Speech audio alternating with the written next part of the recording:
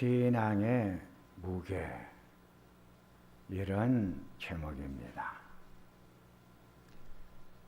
하나님을 가장 사랑한 왕을 솔로몬 왕이었다. 성경은 우리들에게 가르쳐 줍니다. 솔로몬이 하나님을 너무 사랑하셔서 하나님이 거하실 솔로몬의 성전을 건축을 합니다. 성경에 나온 솔로몬의 성전은 가장 아름다운 성전이었습니다. 솔로몬은 이렇게 하나님을 잘 섬기고 하나님을 사랑했습니다. 그런데 열왕기상 11장을 보면 솔로몬이 말년에 하나님을 떠납니다. 하나님을 사랑하지를 않습니다. 그리고 수많은 이방 여인들의 품에 안겨 이방 여인들이 섬겼던 이방 신당을 짓고 이방의 신을 섬기는 자가 되고 맙니다. 솔로몬이 말년에 이렇게 하나님을 떠나가니까 하나님께서 2번이나 나타나셔가지고 솔로몬에게 내 곁을 떠나지 말라고 간곡하게 권면을 합니다. 솔로몬은 하나님의 간곡한 부탁에도 하나님을 떠나고 맙니다. 하나님을 떠나가는 솔로몬 왕의 모습을 바라보면서 하나님께서 너의 나라를 내가 빼앗아 버릴 것이다.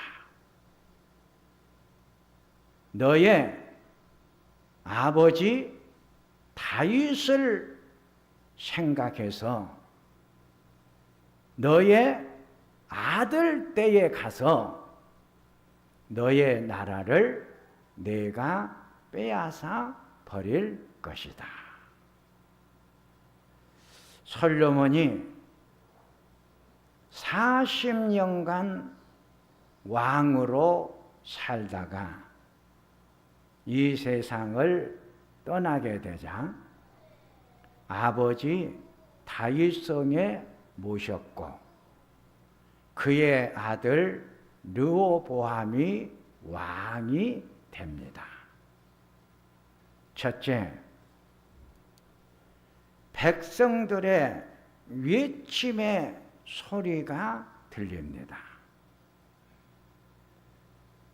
르호보암이 왕이 되니까 열왕기상 12장을 보면 솔로몬 왕이 죽었다는 소식을 들은 여로보암이 솔로몬 왕의 얼굴을 피하여 애굽으로 도망가 있을 때 사람들을 보내가지고 여로보암을 모셔오게 됩니다.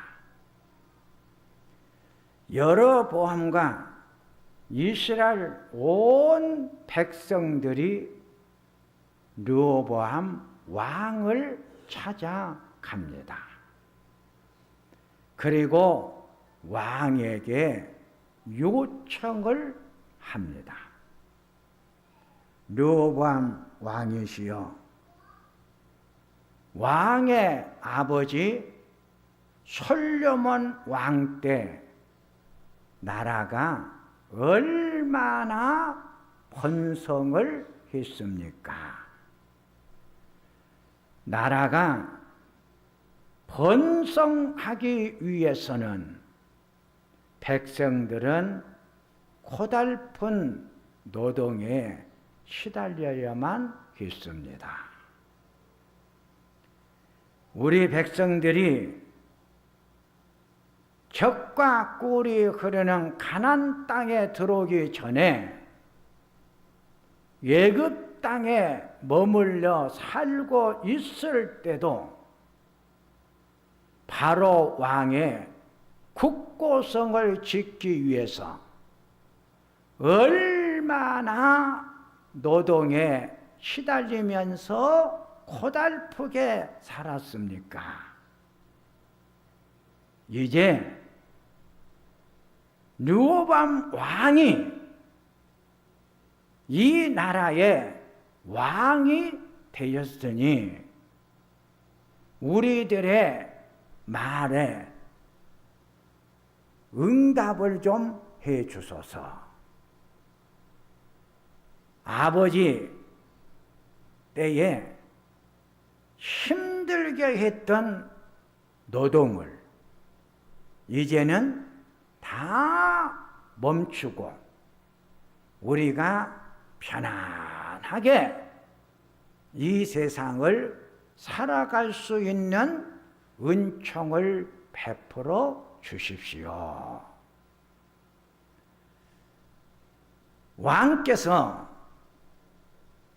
우리들의 요청을 들어주시면 우리가 왕을 잘 모시게 되겠습니다. 이때 르호보암이 3일 후에 내가 너희들에게 탑을 주겠다고 했습니다. 두 번째, 노인과 아이입니다. 르호보암 왕이 솔로몬 왕이 평생에 모셨던 노인들을 모셔가지고 백성들이 이런 요구를 하는데 어떻게 대답을 해 주어야 되겠습니까? 하고 어른들에게 묻게 됩니다. 이때 노인들이 르호보암 왕에게 답을 주기를 왕이 겸손한 마음으로 이 백성들이 요구한 대로 모든 노동을 중지시키고 편안하게 이 세상을 살아갈 수 있도록 백성들을 축복해 주면 왕의 나라는 튼튼한 나라가 될 것입니다. 그러니 백성들의 요구에 잘 응답해 주시기를 바랍니다. 르호보암 왕은 노인들의 조언을 한마디로 무시를 해 버렸습니다. 르호보암 왕은 자기와 함께 자란 어린 친구들을 불러가지고 그 친구들과 다시 이 문제를 가지고 의논을 합니다.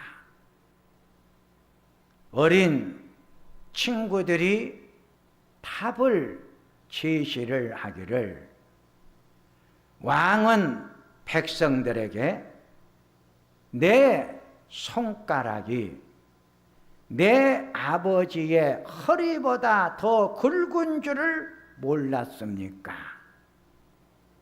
내 아버지가 당신들에게 무거운 짐을 지었다고 생각을 한다면 나는 그 짐을 더 무겁게 할 것입니다.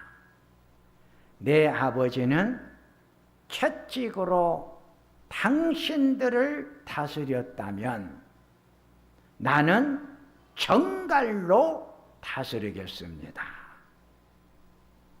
이렇게 친구들이 말을 하라고 가르쳐 줍니다.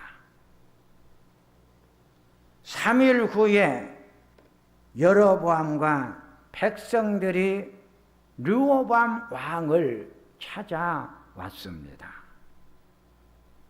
찾아온 백성들에게 르호보암 왕이 준 답입니다. 왕은 노인들이 준 조언은 무시하고 그들에게 포악한 말로 어린 친구들이 준 말을 그대로 전했습니다. 내 아버지는 채찍으로 다스렸다면 나는 정갈로 다스리겠다.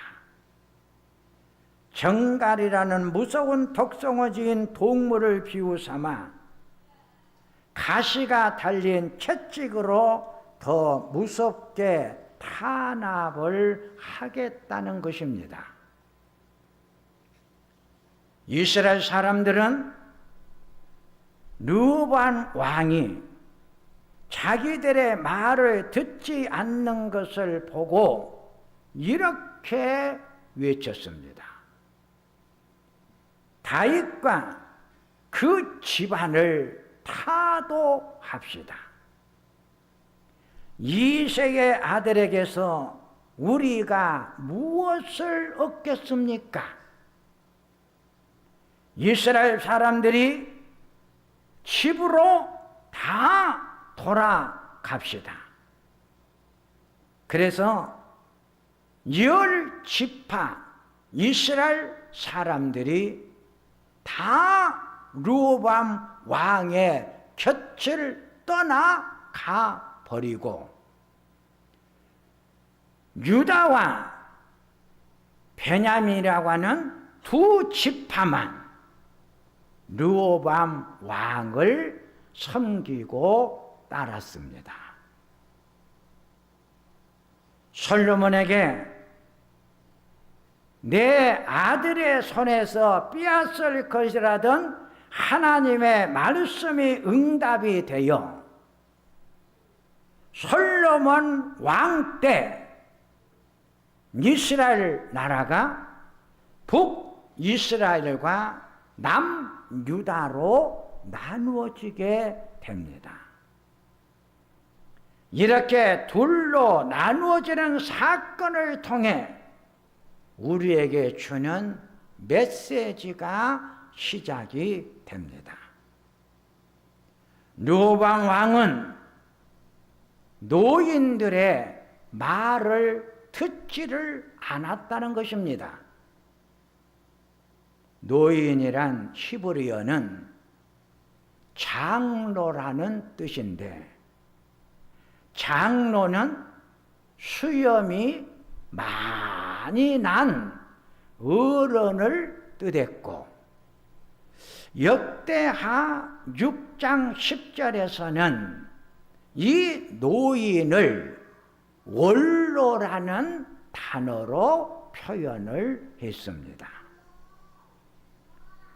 어른, 노인, 원로는 긴 삶을 통해 얻은 지혜와 경륜이 많은 자들입니다. 그러게 레위기 19장 32절에 너는 샌 머리 앞에서 일어서고 노인의 얼굴을 공경하라고 했습니다. 창세기 44장 20절에 우리에게 아버지가 있으니 그 아버지는 노인이라고 했습니다. 아버지는 노인이고 어른입니다. 어른은 지혜와 경륜이 있는 자입니다. 르호보암 왕은 지혜와 경륜이 있는 어른의 말을 거역을 했고 어린 아이들의 말을 들었습니다. 열왕기상 12장 8절에 왕이 노인들이 자문한 것을 버렸다고 했습니다. 옛날 성경에는 자문하는 것을 교도로 말을 했고 교도는 가르침인데 어른들의 가르침을 거역했다는 것입니다. 잠언 15장 32절에 훈계 받기를 싫어하는 자는 자기의 영혼이 경히 여기고 견책을 달게 받은 자는 지식을 얻는다고 했습니다. 성경은 말합니다. 영적 노인, 영적 어른, 영적 원로는 목자를 말합니다. 목자의 가르침, 목자의 권면 앞에 순종하며 이 세상을 살아가십시오. 목자의 가르침에 순종하는 자에게 살 길이 열리고 아름다운 길이 만들어진다는 것입니다. 세 번째, 신앙의 무게입니다. 노인, 어른, 원로는 삶의 무게가 있는 자들입니다. 영적 어른은 신앙의 무게가 있습니다. 창세기 22장을 통해서 아브라함의 신앙의 무게를 만나보게 됩니다. 하나님이 아브라함에게 100세에 얻은 귀한 아들 이삭을 모리아 산에 번제물로 드리라고 했습니다. 이삭이라는 아들은 아브라함에게는 전 재산과도 같습니다.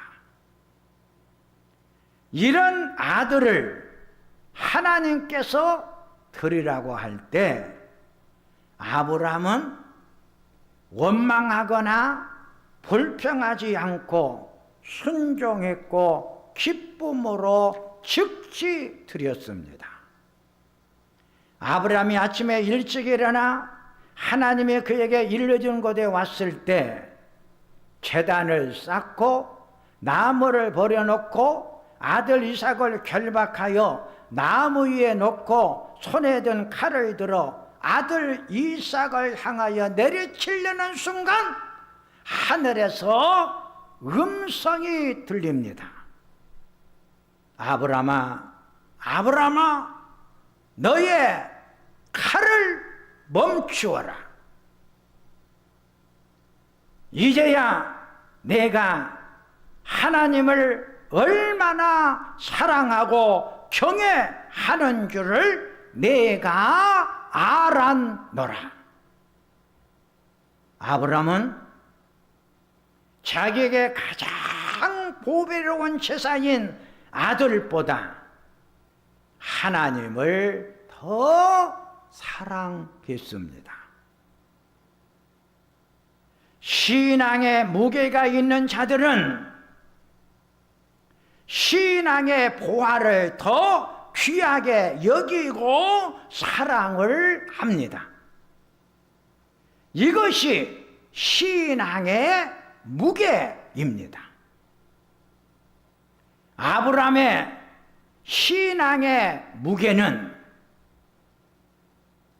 자기의 전 재산이고, 어떻게 보면 자기의 삶 전체인 아들보다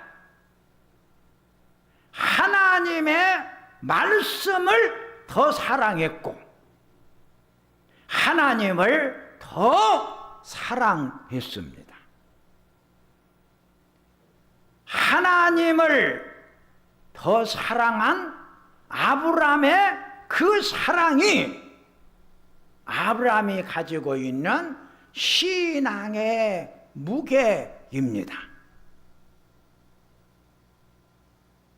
누가복음 2장에서 안나를 통해 신앙의 무게를 만나보게 됩니다.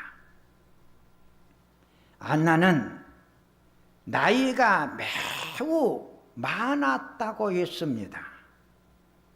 나이가 많다는 것은 어른이고 노인이고 원로가 되었다는 것입니다. 안나는 결혼하여 7년 동안 남편과 함께 살다가 가부가 됩니다. 그럼에도 불구하고 안나는 84년 동안 성전을 떠나지 아니하고 주야로 금식을 하면서 기도로 하나님을 섬기면서 살았다고 했습니다. 안나는 삶의 울타리요 힘의 상징인 남편을 결혼한 지 7년 만에 너무 일찍 잃었습니다. 너무 일찍 소망이 무너지고 꿈이 끝나 버렸습니다. 안나에게 무슨 삶의 끈이 있겠습니까? 많은 사람들이 일찍 끈이 끊어져 버리면 모든 것이 끝나 버렸다고 포기를 하고 떠나가 버리고 맙니다. 안 되면 하나님도 떠나고 신앙도 잃어버립니다. 안나는 너무 일찍 끝나 버렸고 멈춰 버렸지만 절대로 성전은 떠나지를 않았고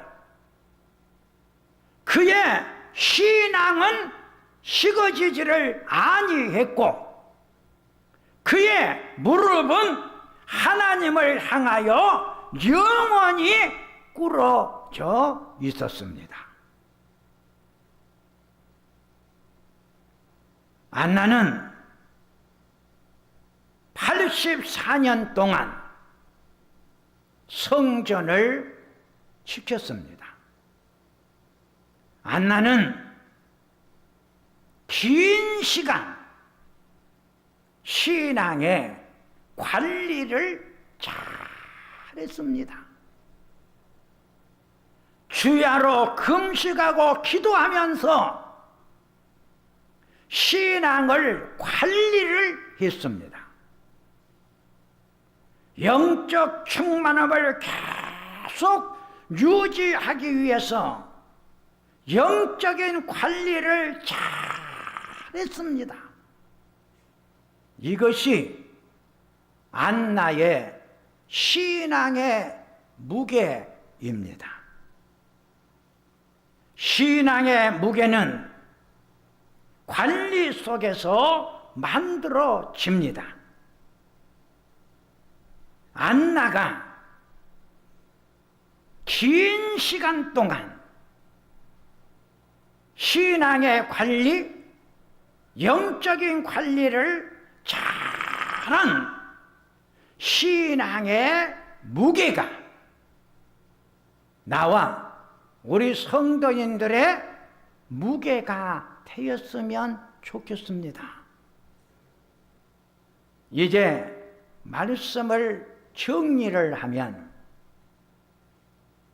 오늘 여러 왕의 어른들의 말을 거역한 본문의 내용을 통해서 우리들에게 준 결론은 첫 번째가 어른이 되자는 것입니다. 삶의 어른, 신앙의 어른이 되십시다. 삶의 어른은 삶의 무게가 있습니다. 신앙의 어른은 신앙의 무게가 있습니다. 신앙의 무게가 있는 신앙의 어른이 되자는 것입니다. 여러분들의 나이가 몇 살이십니까? 나이는 어른이 되었습니다. 노인이 되었습니다. 원로가 되었습니다. 신앙의 어른, 믿음의 원로 되자는 것입니다. 나이만 어른이 될 것이 아니라 내용, 안을 어른으로 만드는 우리들의 시간이 있었으면 좋겠다는 것입니다. 레위기 19장 2절에 너희는 거룩하라. 너희 하나님 아버지가 거룩하신 분이기 때문이다. 신앙의 어른, 삶의 어른은 성화의 삶을 통해서 만들어집니다. 성화의 삶은 거룩해져 가는 것입니다. 예수님을 닮아 가는 것입니다. 내가 예수님처럼 살아가는 것입니다. 이것이 성화입니다. 신명기 32장 7절에 내 아버지에게 물으라. 그가 내게 설명할 것이요. 내 어른들에게 물으라. 그들이 내게 말하리라. 사랑하는 성도님들이요, 두 번째, 우리에게 어른이 있어야 된다는 것입니다. 어른이 있는 자는 아름답게 이 세상을 살아갑니다. 어른이 없는 자는 인생을 자기 생각대로 살아갑니다. 오늘날 문제는 우리에게 어른이 없다는 것입니다. 어른이 상실된 사회가 되어 버렸습니다. 그래도 지금 학교에서는 학생이 스승을 폭행을 한 사건이 일어납니다. 미국에서는 묻지마 총기 사건이 날마다 일어나고 있습니다. 지금 오늘날 사회를 이끌어가고 사회 속에서 살아간 젊은 층들에게 어른이 없습니다. 그러다 보니까 오늘의 사회는 멋대로 사는 사회가 되어버렸습니다. 그러게 성경은 말합니다. 내 아버지에게 물어라. 그가 너에게 잘 설명해 줄 것이다. 내 어른들에게 물어라. 그들이 잘 가르쳐 줄 것이다. 가정에 어른이 있어야 합니다. 직장에 어른이 있어야 합니다. 어른은 가르침을 주는 자고 어른이 있는 자는 가르침을 받는 자입니다. 사랑하는 성도인들이요, 우리는 신앙의 어른, 삶의 어른이 되고 어른들의 가르침, 어른들의 말을 경청하고 가르침에 경청하는 우리들의 삶의 자리가 만들어졌으면 좋겠습니다. 하나님 아버지, 참으로 어른이 없는 오늘의 삶의 자리, 어른이 없기에 사회는 혼탁해져 가고 있습니다. 사랑하는 자녀들이 삶의 지표를 잃어버렸습니다.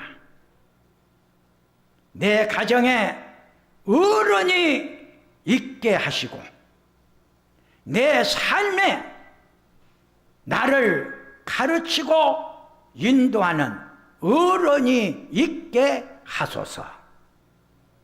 예수님의 이름으로 기도하옵나이다.